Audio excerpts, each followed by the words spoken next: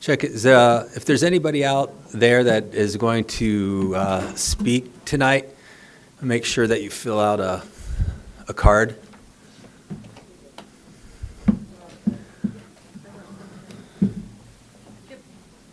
Thank you. Tom came in and said, how to respond to you. And I responded. I was like, oh, how do I write this? And then I just wrote it like that. Like, usually I was like counted so he wouldn't be like worried about it. And I just wrote, I literally was like, it's Emily. Like I didn't know what to say. I was like, you'll be fine. Yeah, like just text me and be like,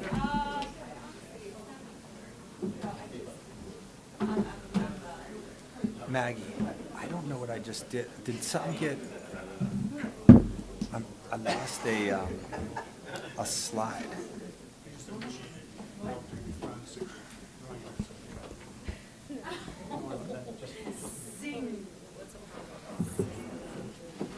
You want to document history? I have 5 slides. Hold on. Okay. Good. I've got. I have 26 slides. Is that accurate? No, I think I might have hit something. You added. I know. Here, I'll take care of it. All right. I think you just have to go back. Whatever you I'm need. just going to delete them. I know, but there was one other slide, so I think if you go to the history to see if you can find it.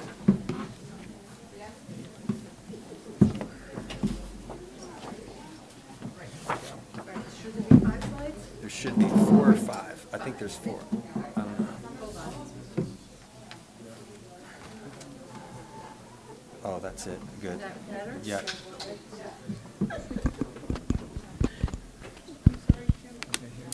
Okay. Yep.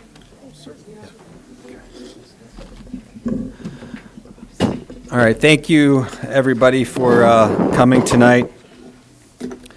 Before we start tonight's meeting, I would like to observe a moment of silence for Abington Heights graduates Kristen and Tucker Schimmelfinnig, and Scranton Prep graduate Michael Comerford, who tragically lost their lives this weekend. These 3 young men were absolutely fantastic, and over the last few days, all we have heard from faculty and those affiliated with the school district were the great things about these 3 fine men and their families. So if you could please now observe a moment of silence.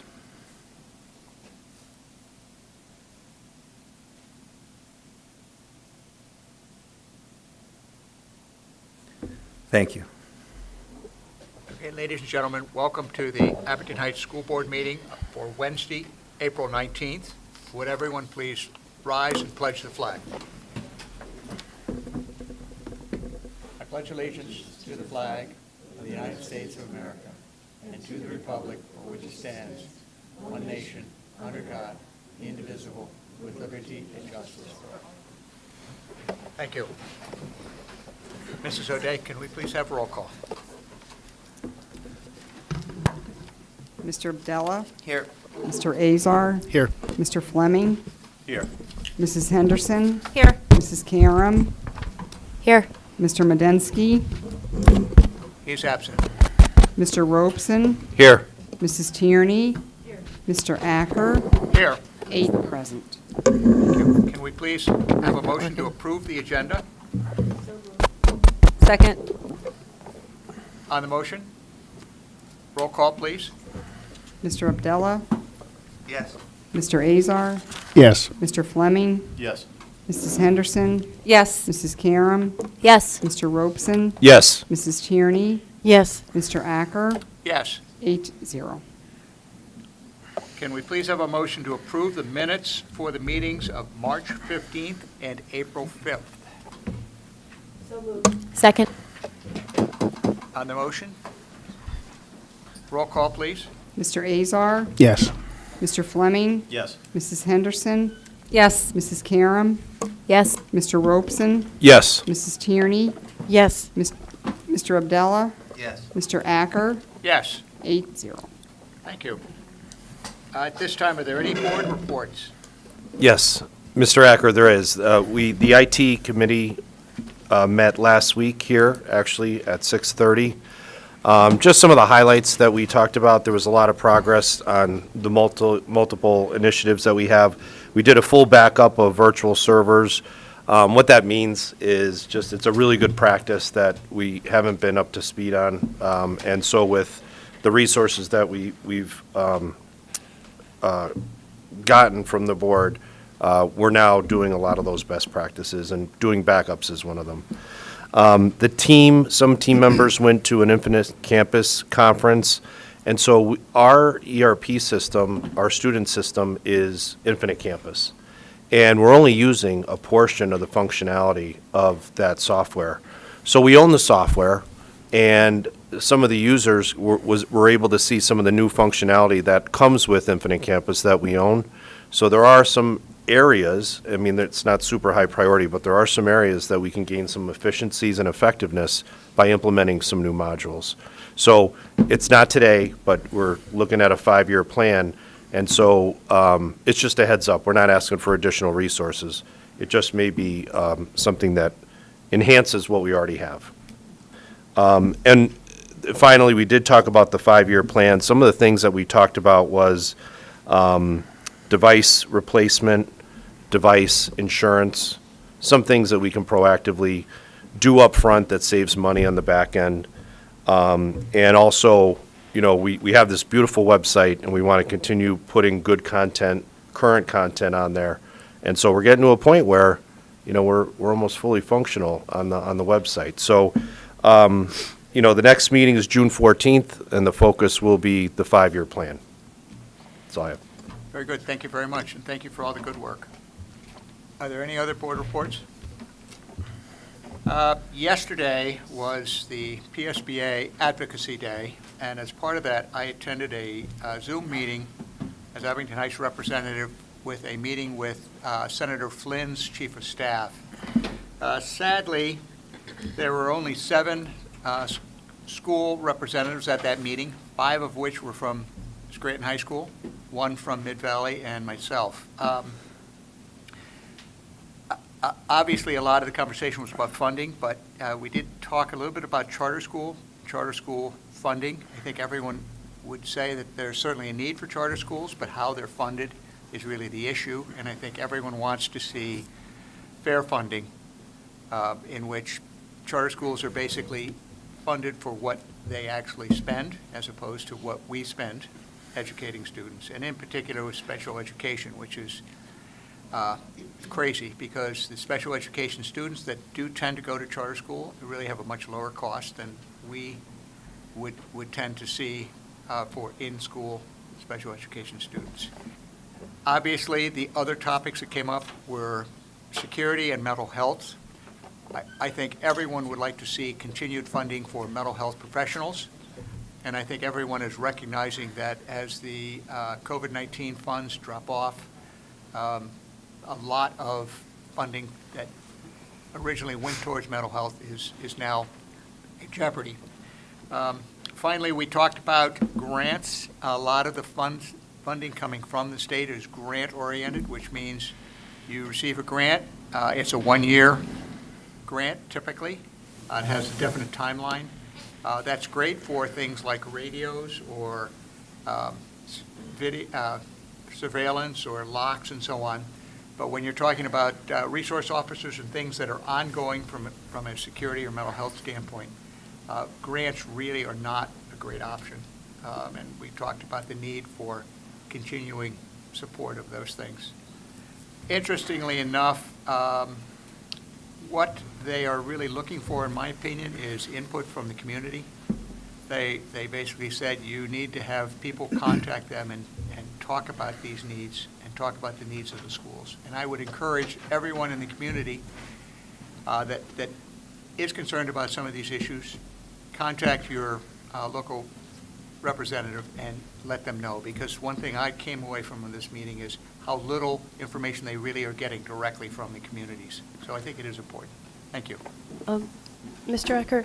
Yes, ma'am. A question on that, not a question, maybe a statement. If the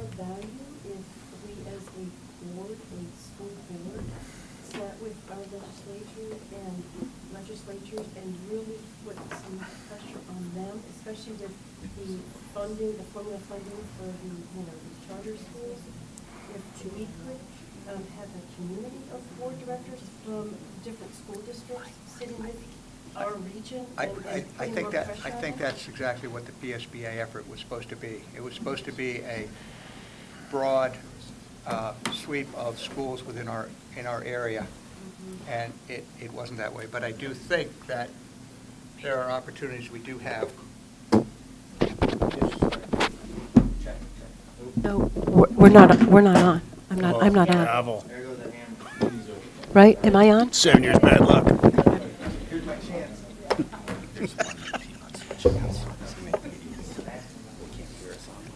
I thought you meant to be present. The people online can hear us, the people in the room can't. Oh, okay, sorry. You want to weigh in on a little bit on? I mean, we have met with local representatives on several occasions. I think it's fair to say that in order for this to move forward, we will have to do a better job as a community talking with Marty Flynn and Bridget Kozarowski and being very explicit in what we hope that they will do. The solutions, in my mind, are not difficult, and in fact, the legislators know what the solutions are.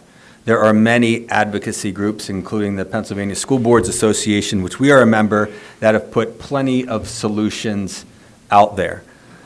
In my mind, this is at a point where the legislature needs to get it done. Our local legislators need to get this done. We are losing millions in a model that we know is broken. And until our representatives step up and do this, I fear that we'll be in the same spot. So anybody out there hearing this and members of the board, anytime that we see our local legislators, it's important to ask that question, what are you doing specifically? What will you do specifically to advocate for us? So would it be possible for Abington Heights to host a forum and have all of the local school boards and board presidents and superintendents attend a forum with our legislators and actually come up with an agenda and request this in numbers to these legislators so we could, as a region, put pressure on our state legislators to make some changes, because we've been discussing formulas for private schools for the last 5 or 6 years. We can certainly do that, and I would say that we've probably already done that to a certain extent with some of these groups. And if I believe that last year Governor Wolf did have something on a table, and at the last minute there was a change, and we received more funding. And I believe one of the changes that was made in order to get the funding was for this. So I think it's more political in nature. That's my take right now. Thank you. Okay, thank you very much. Let us move on to student representatives, Jordan Colombo and Aiden Lamb. Good evening. Good evening. Our spring sports are doing great throughout their season so far. Our baseball team is currently ranked 3rd overall in the District 2/4 Sub-Regional Class 5A Power Rankings with a record of 6-2. They will be celebrating Senior Day on May 8th versus West Scranton at 4:30 at home. Boys lacrosse is 5-3 and is currently ranked 5th overall in the District 2 Class 2A Power Rankings.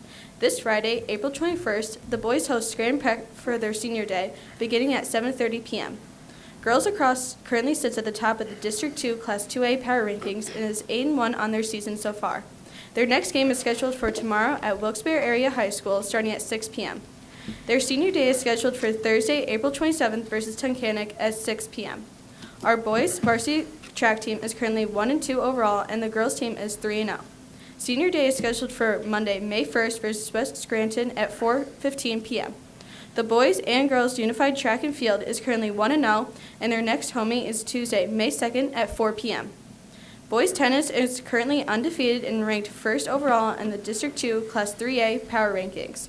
Their senior day is scheduled for Thursday, April 20th at 4 p.m. versus Delaware Valley at Abington Heights Middle School courts. Boys volleyball is currently ranked second overall in the District 2 Class 3A power rankings with a record of 8-1. Their senior day is scheduled for Thursday, May 4th versus Mountain View at 6 p.m. at Clark Summit Elementary.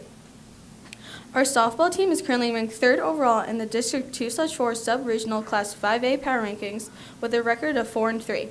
They'll celebrate Senior Day on Monday, May 15th versus Delaware Valley High School at 4:30 at our high school softball field. Finally, our powerlifting team just attended the National High School Powerlifting Meet. The girls team took first place in the meet with 2 individual national champions. The combined team also captured the first place team award. Their next meet is April 29th at Parkland High School, and their final meet is May 21st at Jim Thorpe High School. Thank you.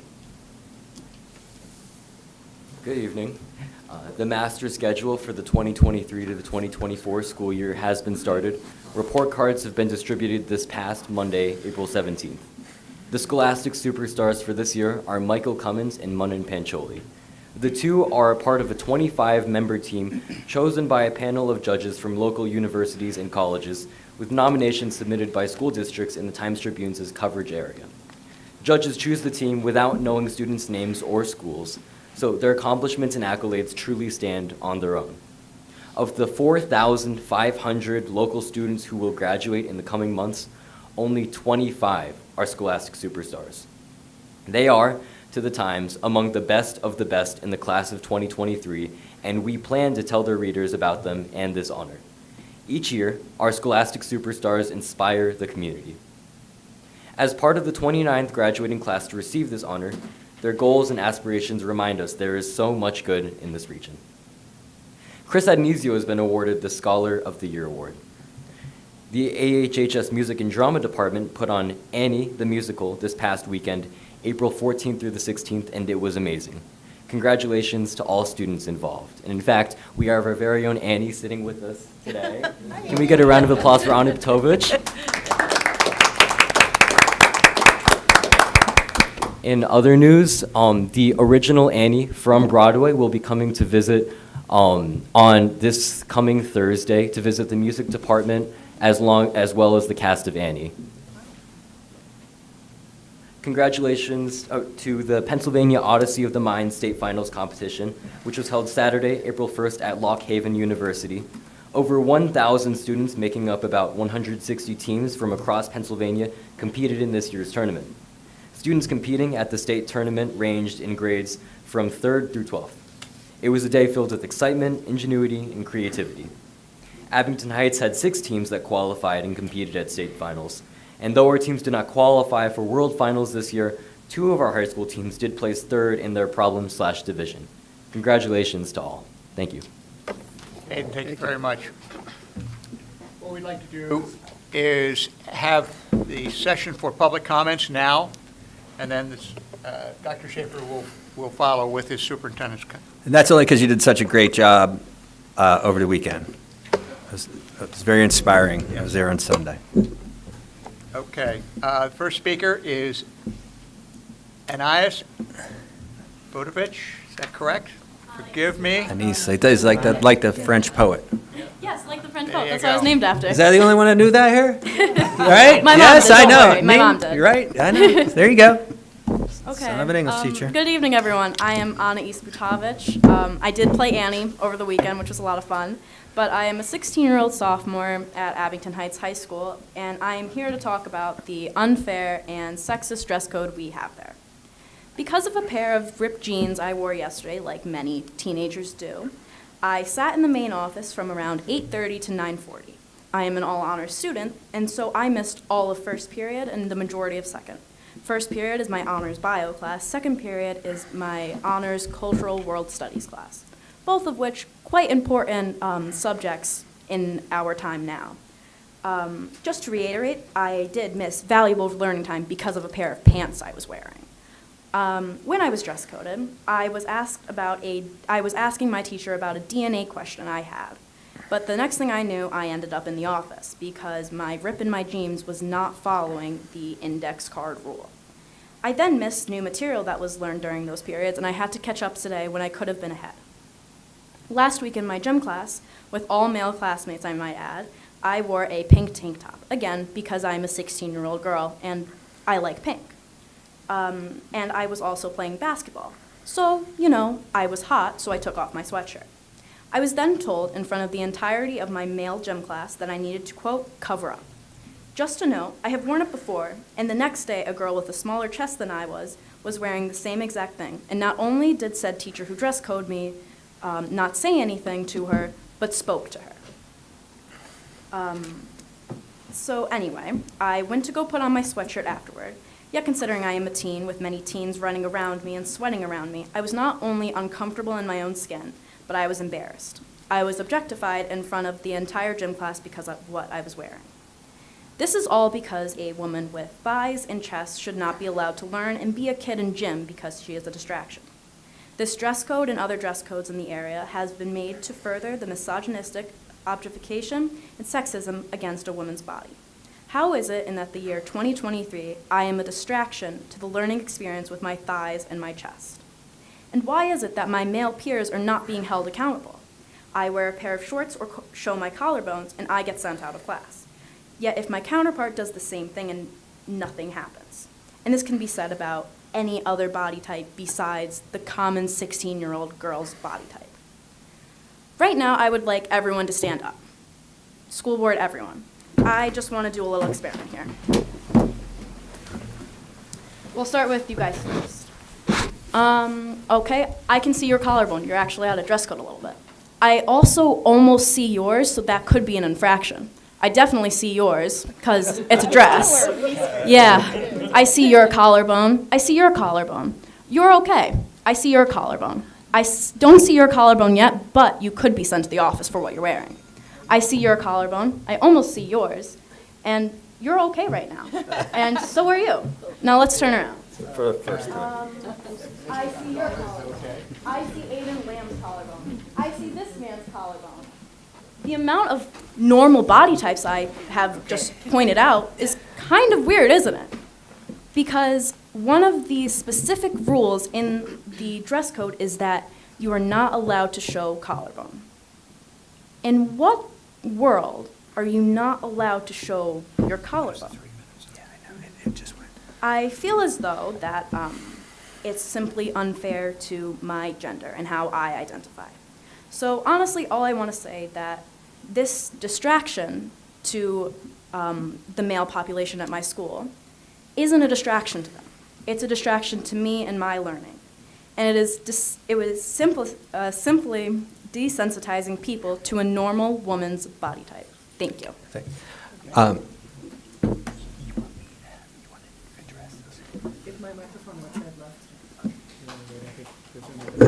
First of all, can you hear me? Because we're having Yes. microphone issues. Yes. Thank you. Kudos to you for advocating for yourself, for being well-spoken, and I really liked your experiment. Thank So, well done. And you are truly just a highlight of how involved and engaged our students are. I would love to sit down with you and a group of students to really understand what the concerns are and to figure out a path forward. I would love that. Thank you. You're welcome. Thank you. Thank you. Next, and I'm certainly related, Eloise.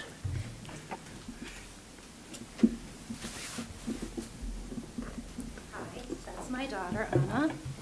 My name is Eloise Butavich, and I want to start by saying I absolutely love this school district. I love Anna's teachers. I think Miss Tioni is an amazing leader and an amazing principal, and I think you all do a wonderful job. However, when you love something, then you really have to point out its shortcomings, and you really have to focus on how we can be better. I think Abington Heights School District is a leader in in stepping forward and doing the right thing when it comes to discrimination and when it comes to students having different opinions and different identities.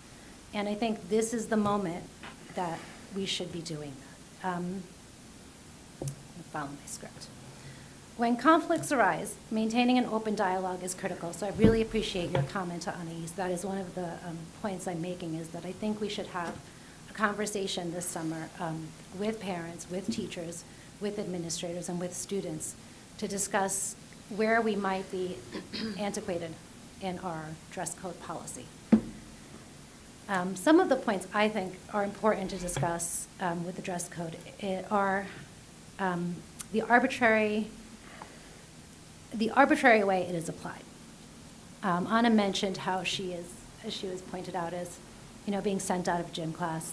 In fact, she's 16 years old. I look at her every morning before she leaves the house. Sometimes I am completely horrified by her outfit. I don't think it's, neat or, dressy enough or correct enough, but she's her own person, and if she wants to look sloppy that day, she's going to look sloppy that day. And I give her room for that while I try and guide her.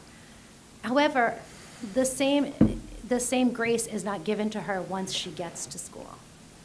Other students who, like she mentions, don't have as big a chest as she does, don't get called out for collarbones, don't get called out for tank tops. And that's a real issue. My daughter is confident in her body, but when she is shamed in front of other people, that really deteriorates a young woman's ability to be confident. And I think that's an incredibly important thing to foster in this society. And the argument that it is distracting, I think we are giving much too little credit to young men. I think that young men are distracted by a million things, and young women are distracted by a million things. And foremost in that distraction is the cell phone, which we have learned to live with, and we have learned to work with within the structure of schools. I think that it is time we learn to live with a woman's body within the structure of school without calling it a distraction. I think that's an excuse. And again, I don't think I think it takes credit away from young men. I don't think they're that distracted. I think they have control, and I think it's going to be fine. And when we reinforce that they might be distracted, we're reinforcing the idea that a woman's body, that they're allowed to be sexist, that they're allowed to be misogynistic, that it's a woman's responsibility to step back and cover up because the man might be tempted to do something that he shouldn't. And I don't think that's the case. I don't think any of us think that that's the case. I don't think any of the men in this room feel that, they're entitled to, be distracted by a woman in a meeting. If you're distracted, put your head down. It's pretty simple. It's normal. And I think that's what we should be focusing on. The adverse effects of the dress code currently are shaming, the sexualization of women's bodies, and it places the onus on girls to prevent inappropriate reactions. It's important that we also remember that freedom of expression is protected, and we are federally funded.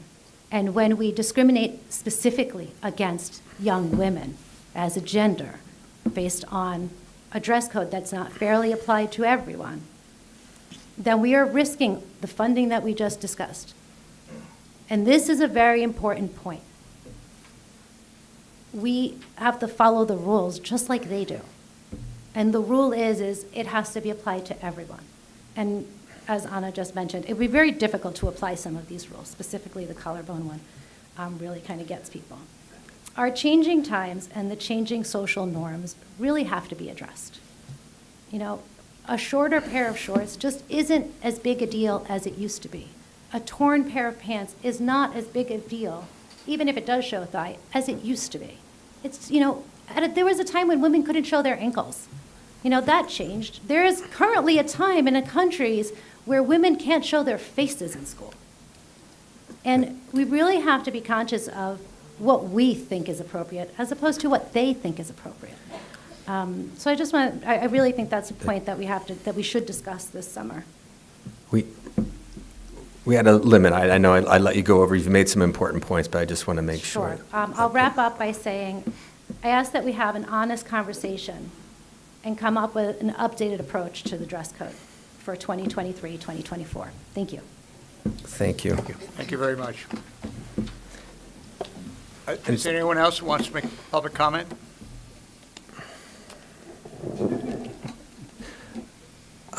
No? All right. In that case, Dr. Schaefer? Yeah, I think that, Dr. Vitale, we had a discussion about this, and she is committed, we are committed to getting a group of students together. And while I won't read the entire message, I will read parts of a message that I sent to a parent a couple days ago. I started off by saying that I am a father of 8th and 9th grade girls, and I can relate to the challenges of finding clothing that meets the standards outlined in the dress code. I also said that I would like our young females to be confident, strong, and comfortable with their bodies. Sending the right message is important, and when it gets lost or is conveyed in a way that has the opposite impact, then we have failed. And I ended saying that we would continue to work on some type of dress code that does not reinforce the implicit objectification of young girls. So that is my commitment to you tonight. If this were an easy topic, then no one would be grappling about it. But this is important, and we will figure it out. So I thank you in advance for your patience and your commitment and your dedication. And your voice. Mrs. Tierney, you want to say something? I do, yes. I actually was sitting on this board when we had the very difficult decision to actually bring in a dress code. Clearly because the administration at the high school was at their wits' end with trying to keep a student population in a safe environment where they felt like things were getting out of control. And at the time, it was very difficult. We might have gone 2 or 3 years with looking at areas of how we could do this to help our students to just simply learn without penalty, but with a no discrimination, and do the best we could, with the understanding that there was a student committee that was to periodically work with administration to stay up with the time and to work on the dress code and tweak it as necessary. So I hope that that's still happening, and I welcome all of your concerns, and I think it's important that there is a committee established that you students and administrators can work together and continue to work together and fix the dress code to make it safe for everyone without anyone feeling discriminated against. So I just wanted to make that statement, okay? Because it is very difficult to just to have this code of conduct and dress that you have to abide by every single sentence of it. It is to be made for you to bring it up to the safest place at the safest time. So I welcome you to talk to your administration and to talk with the staff to make changes if necessary. Thank you. Thank you very much. Dr. Schaefer? All right. It's time for the superintendent's presentation. If anybody wants to leave, now's the time to do it. All right? Except the administrator in the back. Except for you in the back. You're obligated to be here. Yeah, this is great. All right. Tonight I intend to provide a facilities update. And when I say facilities update, I want to not only update the board, our administration, our faculty, and our community about where we're headed and what the future may look like and the decisions that we'll be making. Okay. I'm beginning this presentation again, like I always do, by talking about our vision statement, where students are the focus and excellence is the standard. I talk about focus and excellence all the time. I expect our administrators and our board members to talk about focus and excellence all the time. And this presentation has everything to do with that. And as we move forward, I want everybody to understand that we will do so with focus and excellence in mind, in an unabashed manner. So I want to start by framing our future. When I think about our work in the short and long term, I think about three words: transparent, deliberate, and strategic. Those are the three words in my mind that would characterize our approach. And in that approach, our community must not only have a voice, but they must have agency in this decision making. And for that to occur, you have to be fully transparent. And sometimes being fully transparent means that you have to talk about the blemishes, things that you may not be proud of. But you have to get that out. You have to be deliberate. This is something that we're going to use a scalpel with. We can't just wave a wand and talk about some type of nebulous project. We are going to get in the weeds, and it must be strategic. Certainly there are projects that we will be able to work on immediately, and then there are some that will take some time. But that will be characterized by strategy that we'll be fully transparent about. This process also means that we are going to be investing long-term in Abington Heights. And I've put down 2023 to 2053 at minimum. That's what we're talking about. And I say that with the board in mind tonight.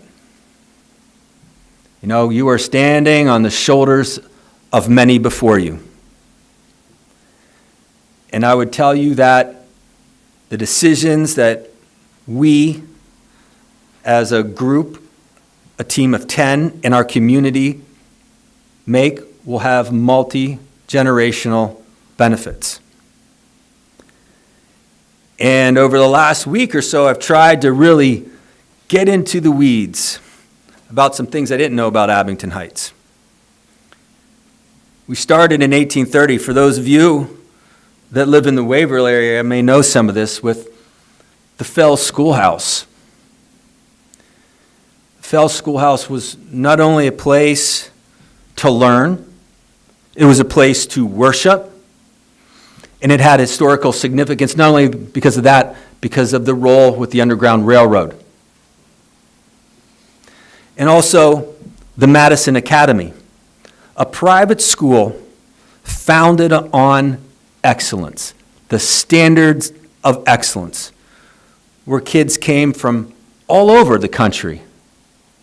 And in fact, if you go to Waverly and you go in the back of the school, you're going to see a bell, and it's silver. And that's the bell from the Madison Academy. From that point, we saw investments into education in our community. In 1890, it was our inaugural graduating class from South Abington Township High School. We continued to invest. And in 1917, we witnessed the inaugural graduating class from the Clarks Summit, Clarks Green Joint School District. This was a 3-year program for kids in high school. In 1926, we saw the Abington Independent School District, which is Waverly. And the placard outside of Waverly School says built in 1926. This was an independent school district for students in grades 1 through 12. It wasn't until 1964, through the growth of education in this community, that we saw Newton Ransom joining Clark Summit in the Abington jointure for the first Abington Heights School District. And in November 17th, 1967, the Abington Heights Senior High School was dedicated. We've had 193 years of innovation, risk, focus, and excellence. If you don't think that the decisions we will make will not impact generations to come, then you need to do some soul searching. The great thing about the Common Schools reform that started in Pennsylvania with Thaddeus Stevens was that we had community schools, and the communities invested in education because they knew it had to be like liberty. It was essential to the fabric of our democracy.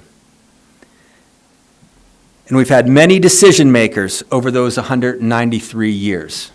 And I would tell you that while I can't find it, that many of them had some tough decisions to make. And in fact, in the late 1800s, we had the Abington High School, and it burnt down. Can't find anything about what was written. However, somebody had to make some pretty important decisions when the school you have burns down.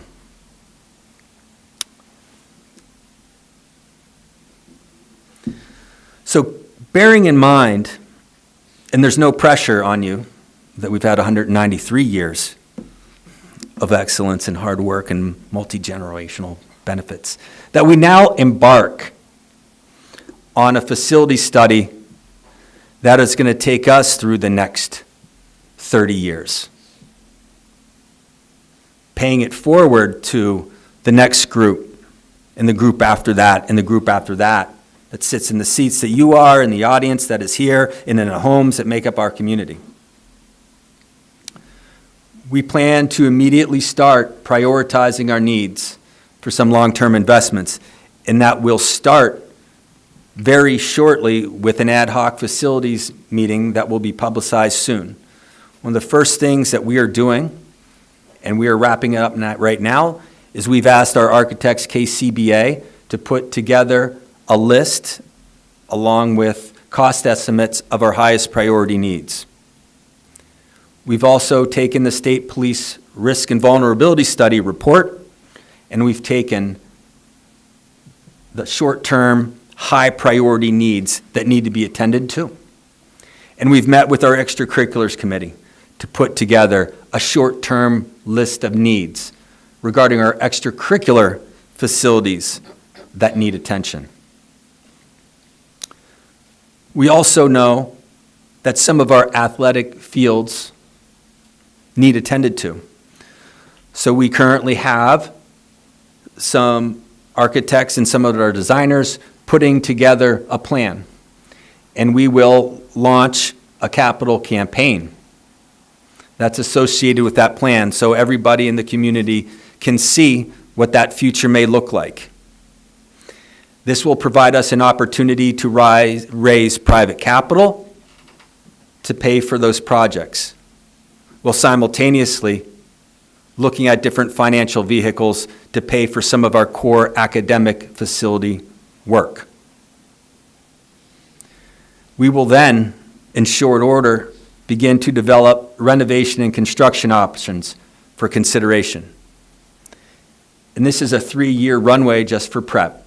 I've mentioned this before. If the board said tonight, let's build a new middle school, vote on it, let's go, the students would be stepping into that school in 4 years. When we talk about large-scale renovations and construction, there's a lot of design work, a lot of planning, a lot of preparation. And that is why the board is working on short-term priority needs that we can start immediately. And a lot of those are regarding the safety of our students. Running parallel to this are some due diligence tasks that we've been working on. And what I mean by that is, as we start to think about what the future will look like in Abington Heights, we need to do our homework to figure out all the different options the school board and the community will have to fund. I'm not saying we're making a decision, but it is my job to provide the board and the community with every option. That means capital reserve funds, loans, bonds, referendums where the public votes, sale or lease of existing buildings. Those are all options, and when making important decisions, we must consider all options. This also includes engaging independent outside organizations to provide additional resources and support. This means audits, which we're going to have some information about an audit that we had today, forecasting our financing, different lending vehicles. All of these are important due diligence aspects in the work that we will see in the future. So with that said, I wanted to talk a little bit about pledges of dedication. I told you that I got in the weeds, and I got in the weeds. I'm going to ask Jim to pass something out. You know what? Look at this. This is like me going 1, then B, right? Hold on. Can you give that to those in the back?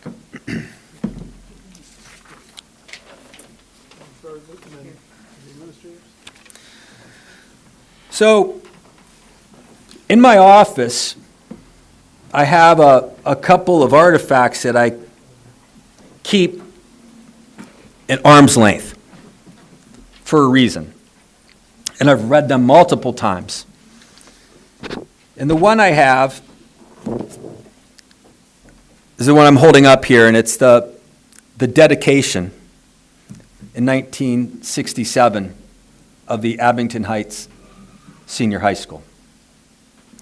This was 56 years ago.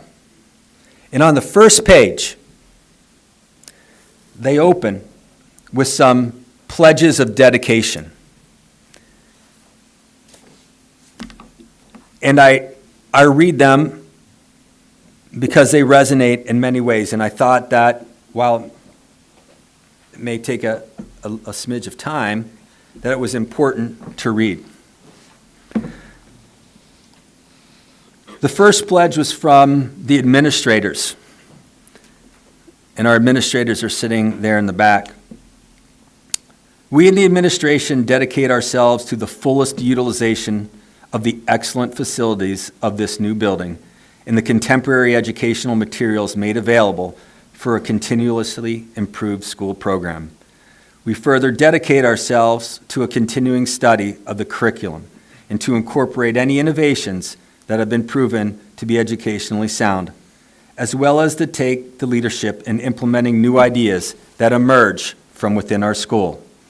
Our goal is to provide the best educational program possible to every boy and girl in Abington Heights School District. I challenge our administrators today to continue to take leadership in implementing new ideas. Think about what you haven't thought about.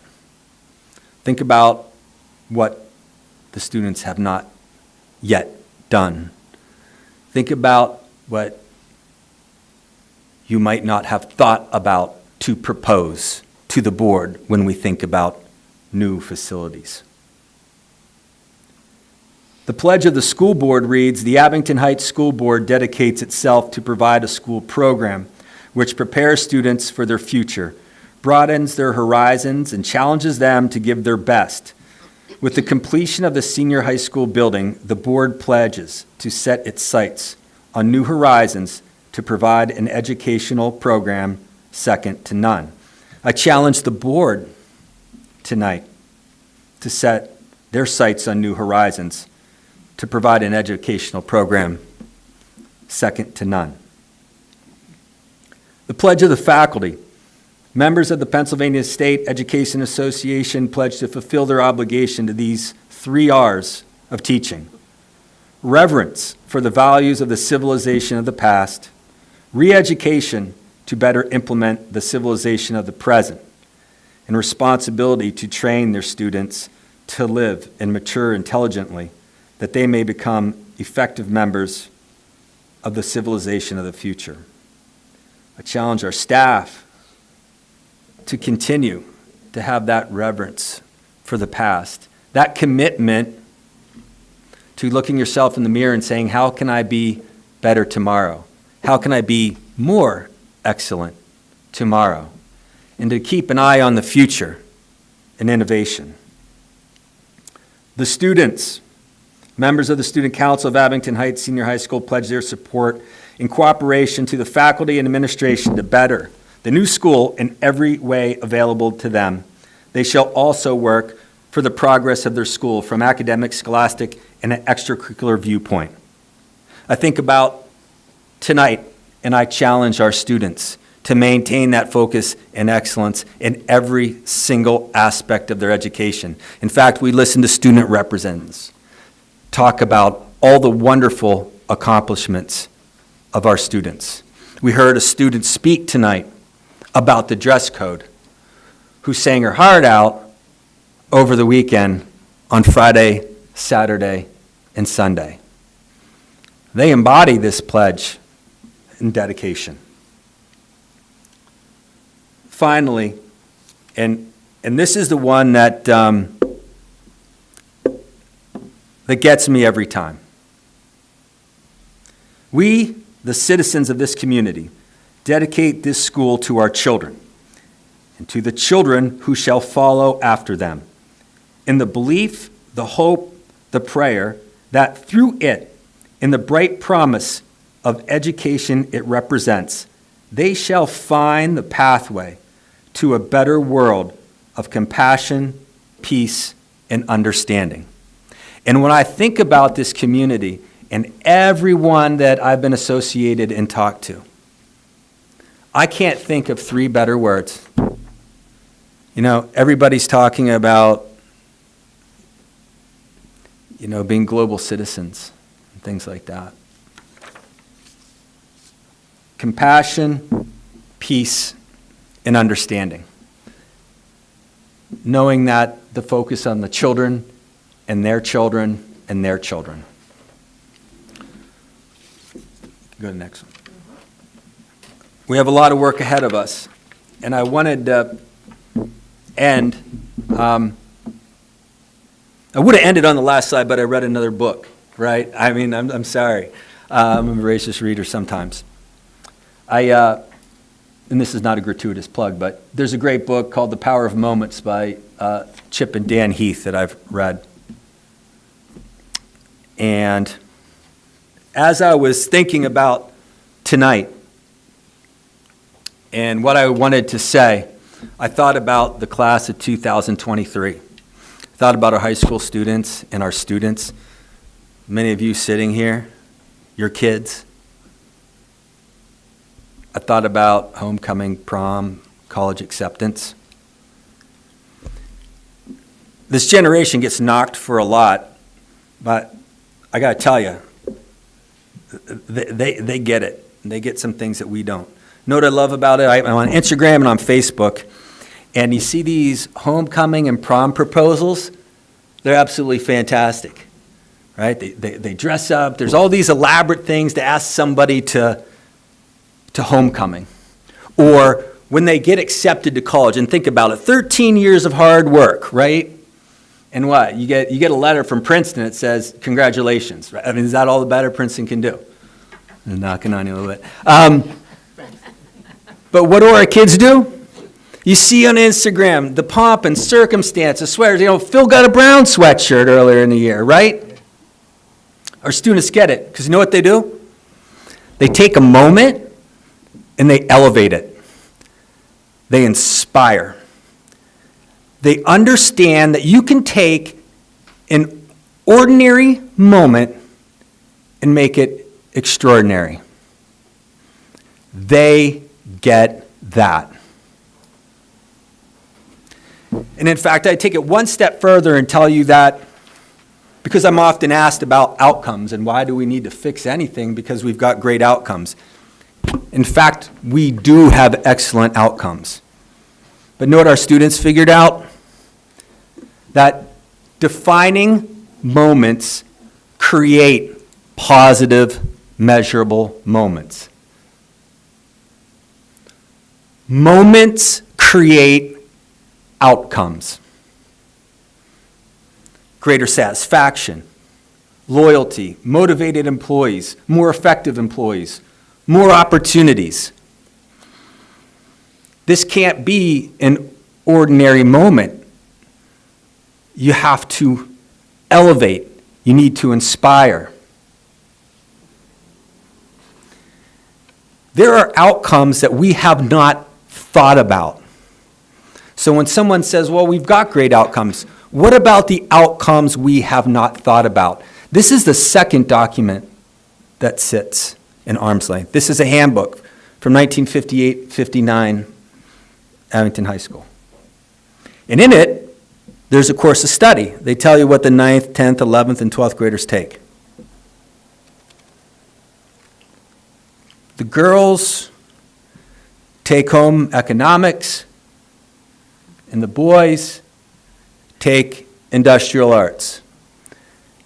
At some point in our history, somebody had a moment. They understood that the girls could take industrial arts. The boys could take related arts electives. They understood the moment.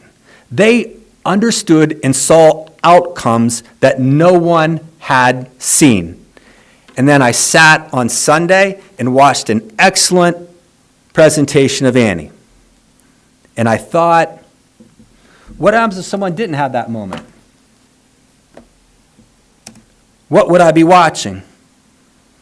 Someone had that moment. So I finished by saying, don't let the demands of the present interfere with your hopes for the future. In life, we can work so hard to get the kinks out that we forget to put the peaks in. School board members, administrators, students, and community, we need to put the peaks in. We need to figure out how to get to yes, and we need to create that extraordinary moment. It will not be easy, but we have 193 years of history that we are representing. And that's really all I have to say. Thank you very much. You're That was welcome. great. Okay. With that, Mr. Mirabelli, would you give us the treasurer's report, please? I certainly will, thank you. We began the month of March with a cash balance of $22,408,000. Local revenues collected $614,000. State revenues collected $1,519,000 for total monthly revenues of $2,241,000. Disbursements for the month were $6,151,000 for a cash available balance of $18,498,000. Thank you very much. May I have a motion to approve the treasurer's report and the bills as submitted? Any questions on the motion? Roll call, please. Mr. Fleming? Yes. Mrs. Henderson? Yes. Mrs. Karam. Yes. Mr. Robeson. Yes. Mrs. Tierney. Yes. Mr. Abdallah. Yes. Mr. Azar. Yes. Mr. Acker. Yes. 8-0. Mr. Acker, I'd ask that the board approve the personnel report as presented. So moved. Second. On the motion? Roll call, please. Mrs. Henderson. Yes. Mrs. Karam. Yes. Mr. Robeson. Yes. Mrs. Tierney. Yes. Mr. Abdallah. Yes. Mr. Azar. Yes. Mr. Fleming. Yes. Mr. Acker. Yes. 8-0. Mr. Acker, I'd ask the board approve the April 2023 volunteer list. So moved. Second. On the motion? Roll call? Mrs. Karam. Yes. Mr. Robeson. Yes. Mrs. Tierney. Yes. Mr. Abdallah. Yes. Mr. Azar. Yes. Mr. Fleming. Yes. Mrs. Henderson. Yes. Mr. Acker. Yes. 8-0. Mr. Acker, I'd ask the board approve the application for flexible instructional days. So moved. Second. On the motion? Roll call? Mr. Robeson. Yes. Mrs. Tierney. Yes. Mr. Abdallah. Yes. Mr. Azar. Yes. Mr. Fleming. Yes. Mrs. Henderson. Yes. Mrs. Karam. Yes. Mr. Acker. Yes. 8-0. Mr. Acker, I'd ask the board consider a motion to accept the independent auditor's report for the fiscal year ended June 30, 2022 from Brian T. Kelly, CPA and Associates, LLC. So moved. Second. On the motion? Roll call? Mrs. Tierney. Yes. Mr. Abdallah. Yes. Mr. Azar. Yes. Mr. Fleming. Yes. Mrs. Henderson. Yes. Mr. Karam. Yes. Mr. Robeson. Yes. Mr. Acker. Yes. 8-0. Mr. Acker, I'd ask the board approve the agreement between the Abington Heights School District and the Northern Tier Industry and Educational Consortium to provide career education services for academic year 22, 23. Boy, that's just written wrong. We're going to need to go back at that one. Is that- yeah. You know what? I'll put that on the next one because I want to make sure I get we'll pull that one. I want to make sure I get the years right. But this is an agreement and a consortium that we work with to provide internships, externships with students in the trades. And we pay by the student. We've been using this for a while. So it should be 2023, 24, and 24, 25. It's a 2-year agreement. So it's a typo on the, it should be next school year in the school act. Okay, so let me read that again. The request the board to approve the agreement between the Abington Heights School District and Northern Tier Industry Education Consortium to provide career education services for the academic years 23, 24, and 24, 25. So moved. Second. On the motion? Roll call, please. Mr. Abdallah. Yes. Mr. Azar. Yes. Mr. Fleming. Yes. Mrs. Henderson. Yes. Mrs. Karam. Yes. Mr. Robeson. Yes. Mrs. Tierney. Yes. Mr. Acker. Yes. 8-0. Mr. Acker, I'd ask that the board approve the April tuition reimbursement report. So moved. Second. On the motion? Roll call? Mr. Azar. Yes. Mr. Fleming. Yes. Mrs. Henderson. Yes. Mrs. Karam. Yes. Mr. Robeson. Yes. Mrs. Tierney. Yes. Mr. Abdallah. Yes. Mr. Azar. Yes. I'm sorry, Mr. Acker. Twice. Sorry. Yes. 8-0. I'll vote for you more. It's all yours. With pleasure. Mr. Azar, I'd ask that the board joking. Mr. Acker, I'd ask that the board approve the following Abington Heights School District job descriptions. Assistant Business Administrator and School Van Driver. So moved. Second. On the motion? I have a question. I'm curious, when is it determined, or how is it determined when the assistant business manager assists versus is responsible? I see a lot of, there were some assist, some where this person is responsible for tasks.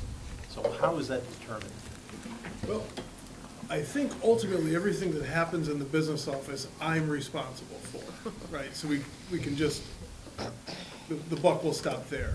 I think those things that say responsible for are very direct references to reports that are specifically filed, responsible for doing that filing. So, assist, like the budget, I prepare the budget.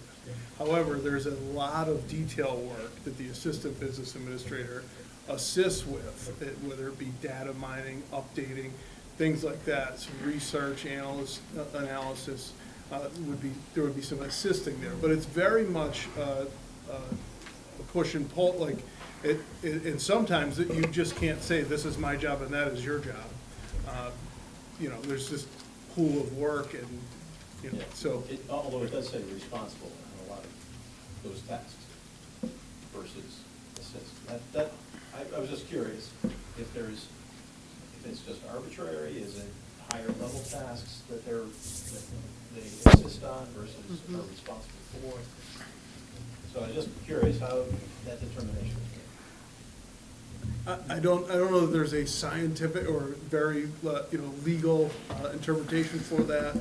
I think this represents very well the job that is being done currently. It accurately reflects what is being done and how tasks are currently delineated to that and delegated to that position. Beyond the terminology, I can't. Is it based on the personal skills or is it based on the job itself? It's very much based on the job. This actually is, we've had a description for this and an evaluation rubric for this job for a very long time.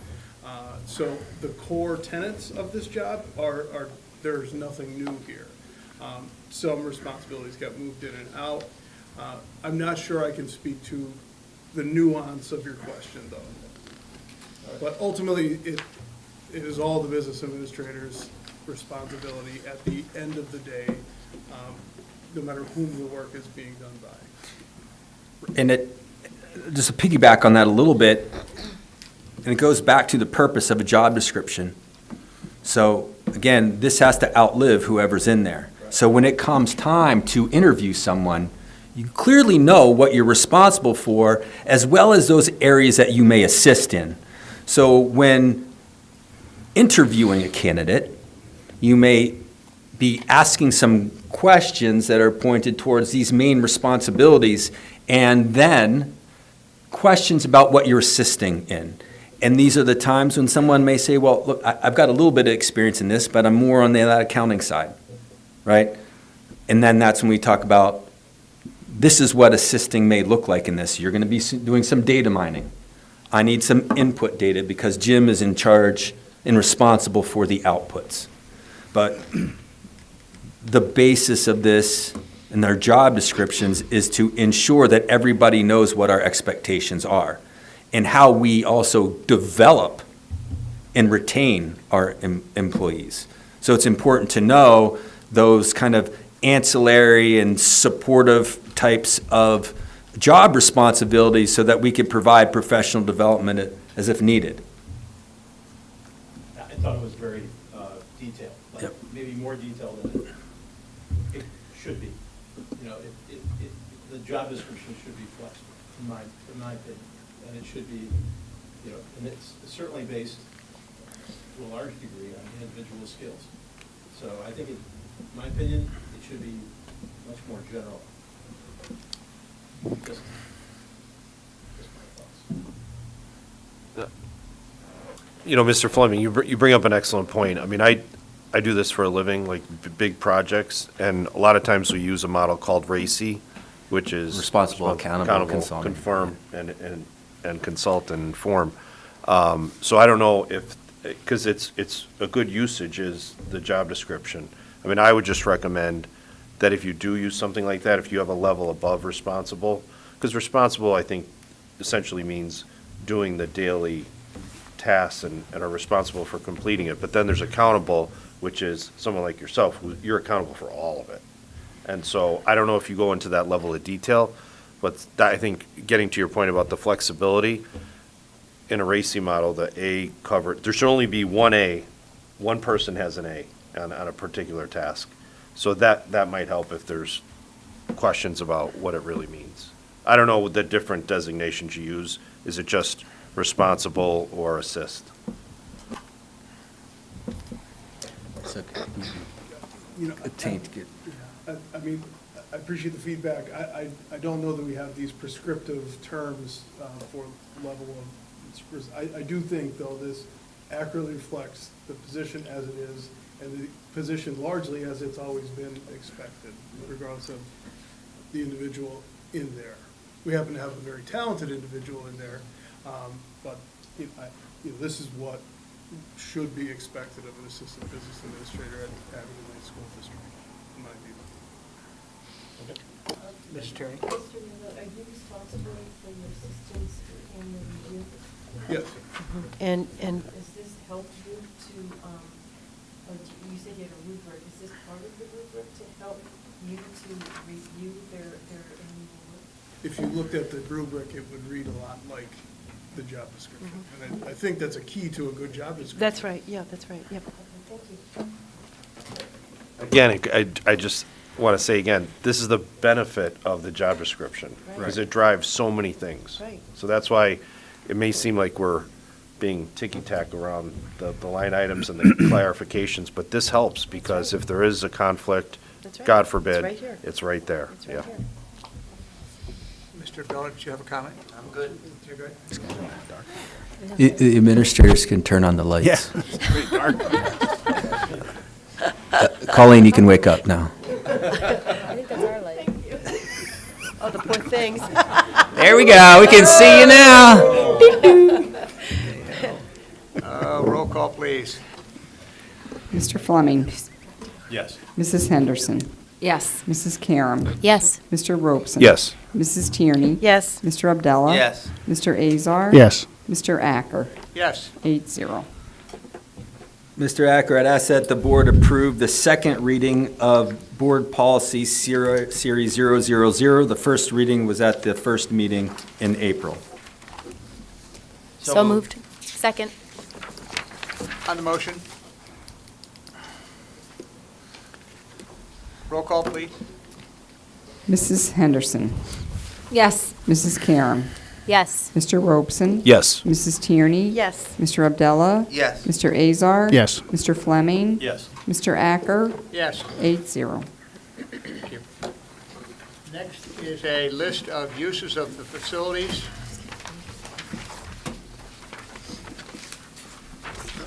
Followed by, is there any unfinished business? Yeah, I'm Sorry, I was remiss. I did not give a report on the AEIO's meeting. Their April meeting was Friday, April 14th. They funded for the Odyssey of the Mind to go to their state competition. So they offered over $12,000, I believe, to the Odyssey of the Mind for them to all their, with all of their equipment and all their stuff, for all the students to participate in that. And we, although I'm sure they were a little sad that they came in third, they didn't get to the world event, but they did an incredible job. So hats off to the Odyssey of the Mind crew. Thank you. Thank you very much. Is there any new business? Mrs. Henderson? Hello, how are you? I just wanted to take a minute to applaud the cast, crew, and musicians of Annie. I saw the show this weekend with a bunch of 10-year-olds who were absolutely starstruck. It was absolutely fantastic. I just wanted to thank Mrs. Koval, the staff, and the teachers that helped make that possible. It was an excellent show. So, well done. Thank you very much, and I think we all echo your comment. Okay, may I have a motion to adjourn? So moved. Thank you all, thank you for your attendance.